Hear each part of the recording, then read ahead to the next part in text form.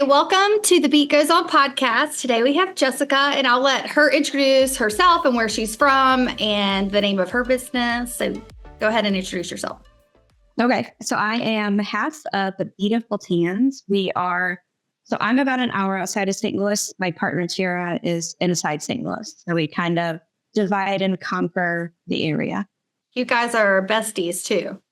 Yes. Yeah. Yep. No, way back. Yeah. So what year did you get certified with Beettan? It was 2020, right? 2000.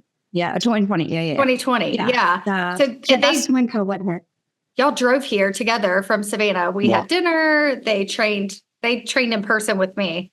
When I make gas to do. I know, right? It was so fun though. And it was, the business has grown, the company has grown so much since then. But what I wanted to have you on here is I've really seen you guys grow. Like I know Tara put it down, picked it back up, which I always brag about this business. You know, consistency is key, but sometimes life happens and that's what I love about this type of business is she had to put it down and push it aside, but she's back in full force. She's one of the top she's ordering quite a bit these days. So we've got a lot of new partners, a lot. What is just the first, like, what could you say to the new partner? Like, I always try to say, this is not a get rich quick scheme. We are not this is a business. And like any business, it takes time. Time is a part of the ingredient for success. So what could you add to that from your experience? I would say don't compare yourself to what you're seeing on social media. Oh yeah. I remember there was somebody who started pretty close after we did. Mm-hmm. And their social media just made it look like they just blew up and were dominating and they were booked all the time. And one random day I was talking to you and I mentioned it and you're like, no, her Instagram already had that following. She just kind of fluffing the details. She's actually not that busy. And I was like, oh, I just thought we were doing something wrong. And I love this girl to death that we're talking about, but she does a lot of different things. She's has a very successful husband, and kudos to her because her family is beautiful. Her husband is awesome, but it's a different situation. But on social media, she's so good at posting because she dang sure looked like she was super busy. And that is so important for people to know, not to compare themselves, because the reality is social media is not realistic. It's just not. I try to be as authentic as I can on social media. I think I told you guys I don't know if you were on the live, but my local business is down. I mean, I think it's like the election but I also shifted so much focus on the company as a whole. I neglected my local obligations, meaning like posting, going to events, doing advertising. And it showed because it showed up on my schedule. So even 10 years in, those things are important. And I noticed that too. Like whenever I get slow, I'm like, well, I've been slacking on my end too. So it makes sense. Yeah. It's, you gotta, I sent a partner today a text. She was like, I can't believe I don't have a tan booked. And she's been open for a couple of years. And I'm getting to the point where I could be very bluntly honest, but in a kind way. I'm learning how to be a leader in that way.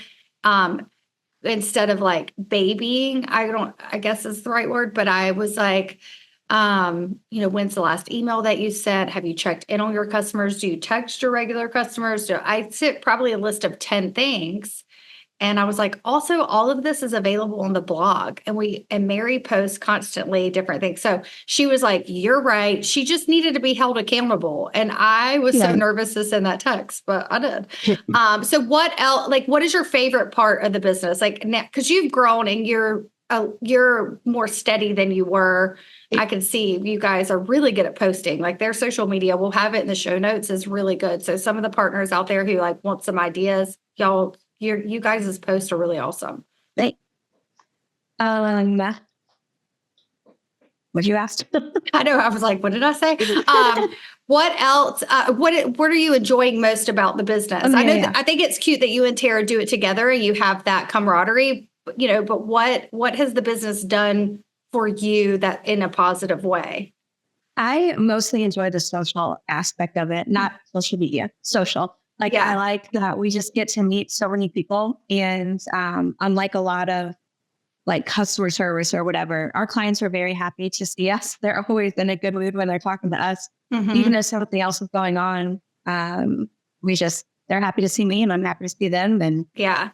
fun. It's such a feel good business. It really truly is. And that part never gets old for me. That's my exact answer too. If you had to ask me that, I would say that exact answer.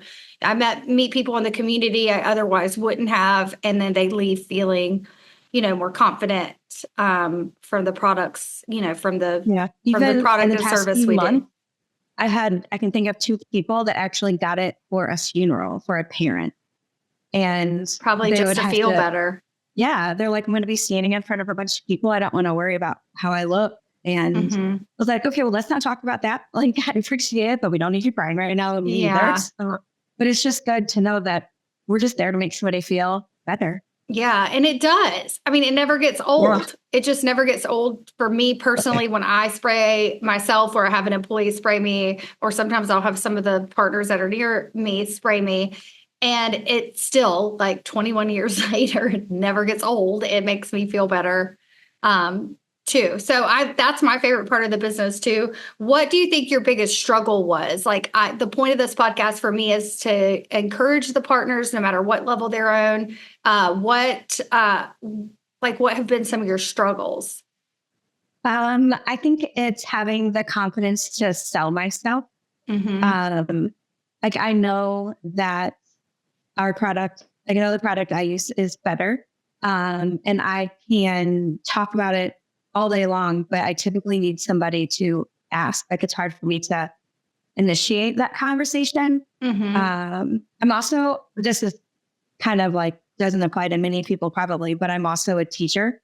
And so sometimes I like to stay hidden in the community, just keep my school and my personal life separate. But at the same time, I got to sell myself too. So not too separate. But well, I mean, it does in a lot. It's putting yourself out there, there is like a little bit of like even still with me, I, as crazy and kooky as I am, I still get that little bit of like worry, like of rejection, or I mean, I had something similar happen today that was really rude from somebody I've did business with. And it's still like you have to persevere through it. I mean, I really did hurt my feelings. Like this morning, I had someone really hurt my feelings over something I wore in a post. And I'm like, why are we as women putting each other down? Like what in the world? But there's like different levels of it that you just have to go through. And I think what helps me is my clients. My clients always just like verify that what I'm doing is right and good. And I love that side of it and the relationship that I have with my clients. And then obviously like the relationship I have with all the partners and the community support there. You're really active on there, which I appreciate so much. Like you're really blunt. I also really like when you're like, hey, it's on the pro site.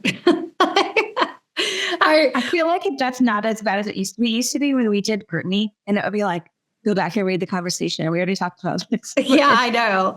It's like, and it is a lot to like scroll back down. Now we will take collectively needs and questions of the partners and put it in a blog, and they could go back and like watch the meetups and come on the meetup. So I do appreciate the feedback there. Because we've put together this like beautiful site, and I'm like, please use it.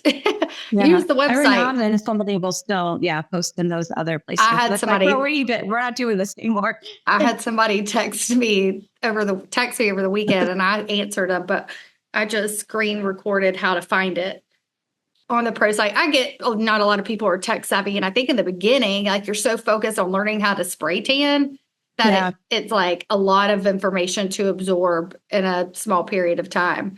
Yeah, it's really overwhelming. Yeah. So how is Tara doing? So how fun is it to do this alongside your best friend? Well, it's kind of crazy because we actually don't see each other that much. Yeah. So we live about, I would say 45, 50 minutes away from each other. So actually a lot of our texts are like, hey, Instagram message for you. Just kind of business stuff. And every now and then it's like, hey friend, miss you. We Yeah. never talk anymore. But no, she's good. We like to, so yeah, we divide and conquer, but at the same time, when something big is coming up, we'll both be there to support each other. And she has had an event in her area, so I was definitely there. And I've got one coming up next month, and hopefully she'll be there. And so we've had a lot of partners doing pop-ups recently, and have had, what advice can you give about a pop-up? Because Caroline did one, she was sending me videos and pictures. Apparently it was a big hit for her. And then we had another partner who it wasn't a big hit, but what I want people to understand is like, even if you didn't sell or you didn't have as much transactional stuff, your presence there is still marketing. Like people will remember you and it is relevant. Like it does work, even if no one does anything at the pop-up. Yeah. Like I have two things that I would tell people. First off, that like the first one I can really remember, we were at a boutique and I literally only sprayed the 2 employees. That was it. But the boutique posting about us, like I still to this day get clients are like, oh, I saw you on so-and-so's Instagram. I knew she'd be the person to go to. And then when she tagged us and she, uses us every now and then. So it's still, even that night was not great. That was probably 2020, 2021, something like that. So this many years later, she's still a great referral system. Yeah. And sometimes it's just interacting because they can then tell their clients after the fact, like that they wore it, tried it, which is, I always say free spray tans are the best marketing because they will come back and pay for one. That's actually my other bit of advice with pop-ups is don't be afraid to give things away for free. I mean, it's no secret we get a better deal than our clients on this stuff. So I'm not 100% sure what I'm going to do at this one. Next month, it's a ladies' night out. So my studio is actually it's part of a gym here. And it's like, I would love it even if I wasn't a part of it. Like it's so cool. It has like the gym. It's got awesome classes. Also has what they call knockout nutrition and recovery. So I'm a studio back in the recovery, is what they call it. So they're going to have a big event there with like classes and all kinds of vendors and stuff. So I was thinking about doing, I was talking to my husband. I was like, am I crazy for this? Just saying like first 10 people to sign up, get a free spray can. Oh, that's smart. I would do that. Yeah. I mean, it's because you're going to meet, it's going to be a new client. I think that my only advice with that is to make sure that you put them in your booking system. Right. So make sure that whoever gets the free thing, you have all of their information to reach back out to them after and say, so nice to meet you. Here's a link to my booking system. You could even text them. Even like the sign up when you come in and like all vendors will get so you'll have all their information. I think that's the best way because you're bonding with them and people are more likely to try something when it's free and you will make money. They're going to talk about it. And they're going to post about it. And it's way cheaper. I mean, I think I just did like a half page in the Savannah magazine and it was $600. So like you can't, it's the cheapest advertising and you're interacting with the client and you're getting their information. It's the best way. Word of mouth is still like the best referral system. Like you can post on social media and everything all you want, but it's going to come down. It's all important because it all keeps people.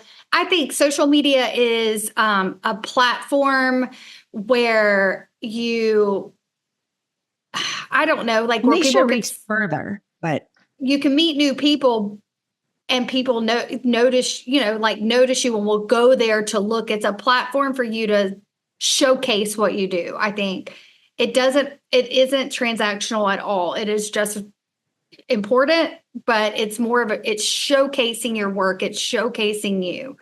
And then emails are how you get bookings. That's still the number one way that you get booking. Text marketing works best. It's just expensive. So you could even I do not see crazy good stuff from my emails. I'm not consistent, but so my seen advice on much. that would be to reach out to your contacts within and make sure they're getting the emails. Sometimes there's a typo in the email. Sometimes it's an old email. So quarterly, I'll go through my clients and I'll say, I mean, it's a lot of clients, so I usually have an employee help me, but I'll text and say, I just want to make sure all this information is correct. Are you getting the emails? We ran a free spray tan day. And only had 10 people come, something along those lines. Like sometimes I have $25 spray tan days. And since I've been doing that, people open the emails like crazy because I think they're just getting bombarded with emails. And so when I let the clients, or when they come in, I'm like, can we make sure everything's right on here? Because I run specials all the time and I do all these things and I want to make sure that you're getting the emails. Sometimes I give away stuff. So that's a good way but also I email my people about 3 times a week.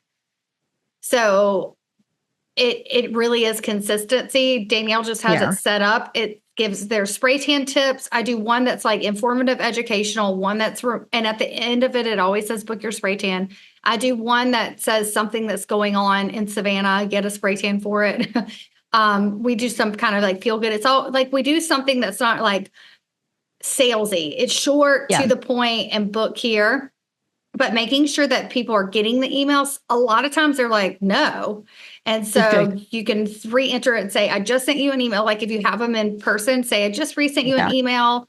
And it's just taking the time. Like if you had 5 appointments that day, sending them an email saying thank you and giving them some kind of little incentive and say, hey, did you get this email? Thank you for your business today. I sent you a little treat via email. I started doing that because I know that if the email marketing is like statistically the number one way to grow your business, no matter what kind of business it is. So I knew that it was something I was doing, I needed to fix within my email system. And when I started doing that and Danielle cleaned up some stuff in my email, it started working. So we made it where it comes from my email instead of some rando, which helped a lot too. So that email marketing is my number one thing. But like you said, the old school word of mouth way, you kind of have to connect the two. You kind of have to talk to them personally, make sure they're getting the emails. And then it's just weird how it kind of like picks up. And I think also I have to not like put so much weight on the insights. Like whenever I look at the backside of the email. Oh, no, I don't. Like it's the percentage opener or whatever. I'll see because of course I have my personal email on there so I can like test stuff, whatever. And it'll say that I opened it. I was like, well, I haven't opened that email yet. So that's weird. Yeah, I don't even study that stuff. I just don't trust it. What I notice is that when I'm consistent with the emails versus when I am not, I stay booked. And I can tell when Danielle sends an email because I'll get at least one booking. I mean, I have 4,000 people. So it's just building that list and not 102. Yeah. So I have 4,000 and I'll get one from one email. So don't even look at the analytics. Just keep doing it because otherwise you'll think it's not working, but it is. It's just a little reminder. And I think like you said, though, part of it, you have to do everything because I still get the person who's like, oh, I found you on Google or found you on Instagram, Facebook. Like it's everywhere. You got to make sure it's usually referral or Google. Those are my top 2.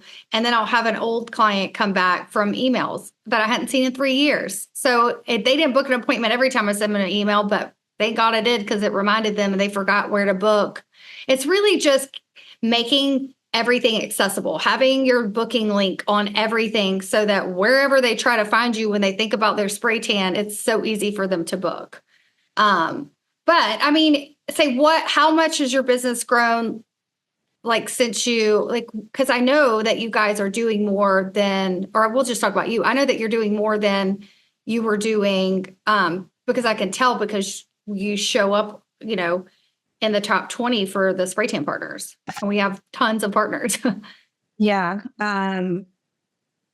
Gosh, I don't know. I mean, I know last year, like I'm probably on course to do the same as last year, but last year was almost double the year before. Yeah, I'm the same. So that's not just you. Yeah. I just think But I mean, it's totally okay to be on par with last year. Last year was good. Every now and then I'll like say to my husband, I'm like, man, I've been very busy and with spray tans. And he's like, when do you think you would have had time to do any more spray tans? I was like, oh, good point. Like, well, there's only so much time in my yeah, life. because you're a teacher too. You have you're a Yeah. mom, you're a wife. Yeah. Well, I've loved keeping up with you just because I thought it was super special. Like you signed up in the middle of the pandemic, you drove all the way here. And my business, the company, I signed up before I had even like tried the product. Like, yeah, I know you and Brooke Waters. I was like, but it's I think that just goes to show how strong the community and the bond of the company. You know, I still spray the stuff that I sell to the other spray tan partners. I think that makes a big difference.